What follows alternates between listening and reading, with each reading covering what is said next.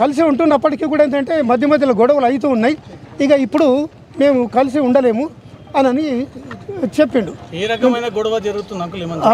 ఏ రకమైన గొడవలు చేస్తున్నది? ఇక వాళ్ళు ఏం గొడవలు చేసుకుంటున్నారో మనకు అర్థం కావు, చెప్పరు మనకు. గొడవలు మాత్రం జరుగుతున్నాయి. ఏ విషయంలో అనేది వాళ్ళకి స్పష్టంగా చెప్పలేదు. కొంతకాలము మా బిడ్డ కూడా మాతో మాట్లాడకుండా ఉన్నాము, ధైర్యంగానే ఉన్నాము. మా బిడ్డను మాత్రం కేర్ఫుల్గా చూసుకోవాలని బ్యాక్ నుండి చూస్తూ ఉన్నాం. ఎందుకంటే టీవీలలో అంతటా పేపర్లలో డైలీ న్యూస్ చూసి మా గుండె అంతా అవిసైపోతున్నది. మరి వాడు ఏమైనా చేస్తాడేమో బిడ్డను అని చెప్పేసి మాకు ఆందోళన కలిగింది. దాంతో ఏంటంటే ఎప్పుడు కంటికి రెప్పలాగా చూసుకుంటూనే ఉన్నాం మా బిడ్డతో.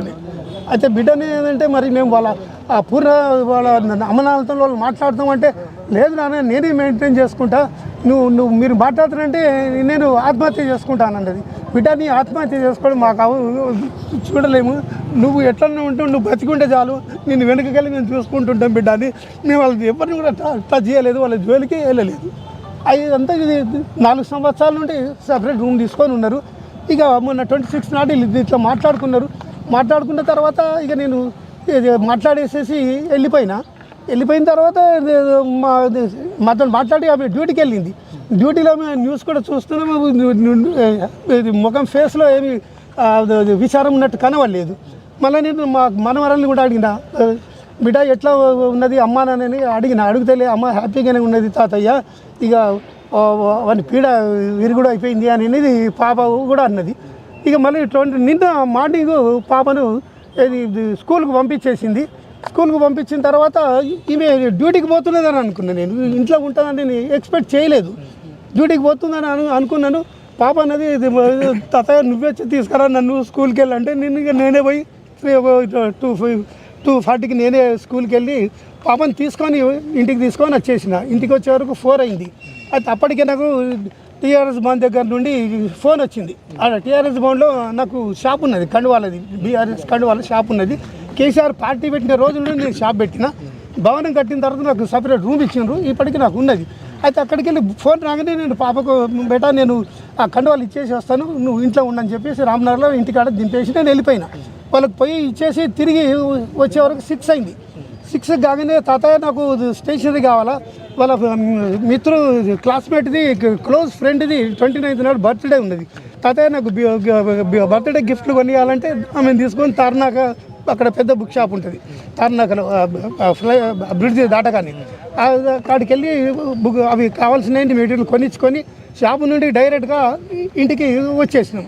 ఇక అప్పటికే ఏంటంటే చాలా ఆలస్యమైంది. అమ్మ ఇంట్లోనే ఉన్నది తాతయ్య అనంటే నేను గేట్ దగ్గరనే దింపేసి బెటా నేను మళ్ళీ కలుస్తా, మరి నాకు అర్జెంట్ పని ఉందని చెప్పేసి నేను వెళ్ళిన. కరెక్ట్గా నేను 8 o'clock దింపిన. అక్కడ నేను కొద్దిగా దూరం పోగానే ఒక 15 నిమిషాలకు నాకు మళ్ళీ పాప నాకు మళ్ళీ వస్తుంది అయిపోయింది. నాకు మళ్ళీ పాప 1 minute పాప నాకు మళ్ళీ ఫోన్ చేసింది. ఫోన్ తాతయ్య అమ్మ డోర్ తీస్తలేదు అని చెప్పింది. చెప్పగానే ఏంటంటే నువ్వు వెనుకకు రా తాతయ్య అనేది వెనుకకు వచ్చినా నేను వచ్చేవరకు 8:30 అయింది.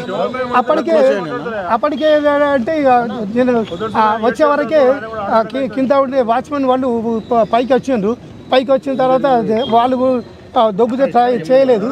కాకుండా ఉంటే 2 యువకులు ఉంటే అట్లనే రెంట్కుంటే వాళ్ళు పిలిస్తే వాళ్ళు వచ్చి డోర్ను బలంగా గుద్దితే లోపల బోల్ట్ ఇరిగిపోయి డోర్ తెరుచుకునేది. డోర్ తెరుచుకునే వాళ్ళు బయటకు వెళ్ళే అవి లోపల డోర్ పెట్టుకోలేదు.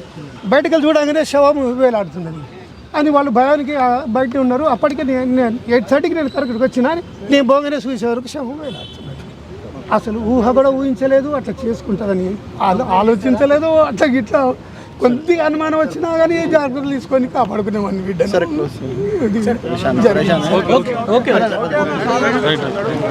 ఇబ్బంది పెట్టద్దు మనం కూడా.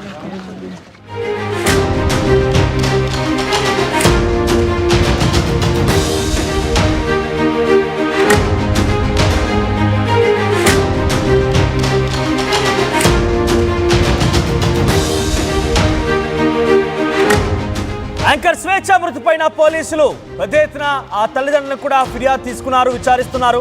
బీఆర్ఎస్ నేత పూర్ణచంద్ర వల్లే స్వేచ్ఛ చనిపోయిందంటూ ఆ ఫిర్యాదుని తల్లిదండ్రుల తీసుకున్నారు.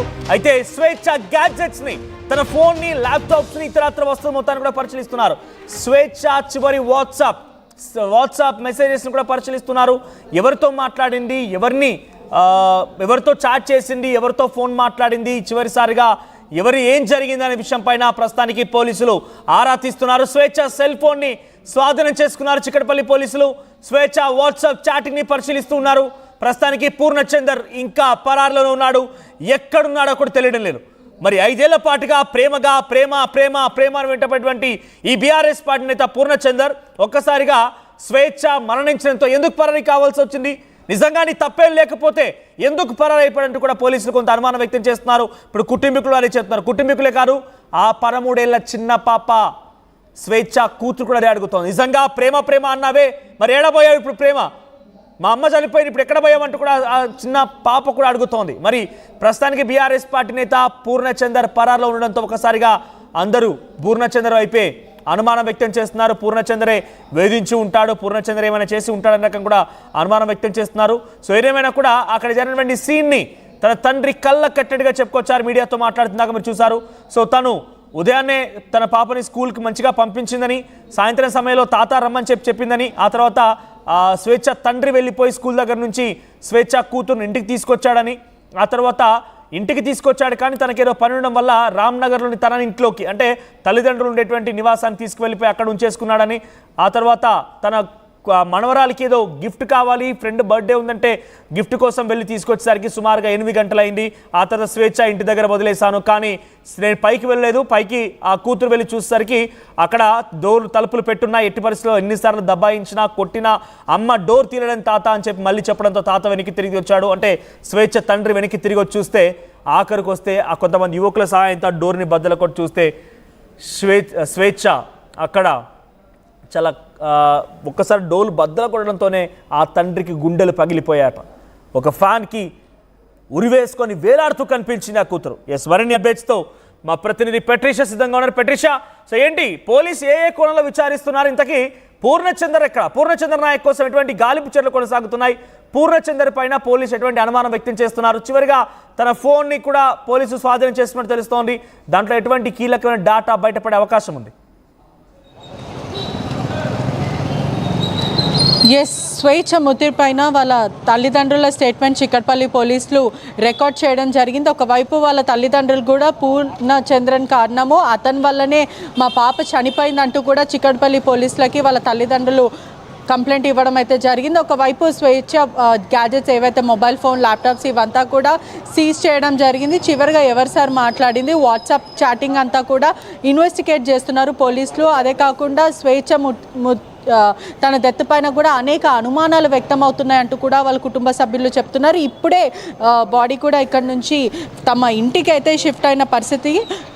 పార్సిగుట్ట దగ్గర అయితే అంత్యక్రియలు ముగుస్తాయని కూడా మొత్తం మీద తెలుస్తుంది. అనేక మంది జర్నలిస్టులు కూడా చాలా మంచి అమ్మాయి అంటూ కూడా చెప్పడం జరిగింది. గాంధీ మార్చరీ నుంచి మొదట రామ్నగర్ నివాసంకి అక్కడ షిఫ్ట్ చేస్తారు. అక్కడి నుంచి పార్సిగుట్ట దగ్గర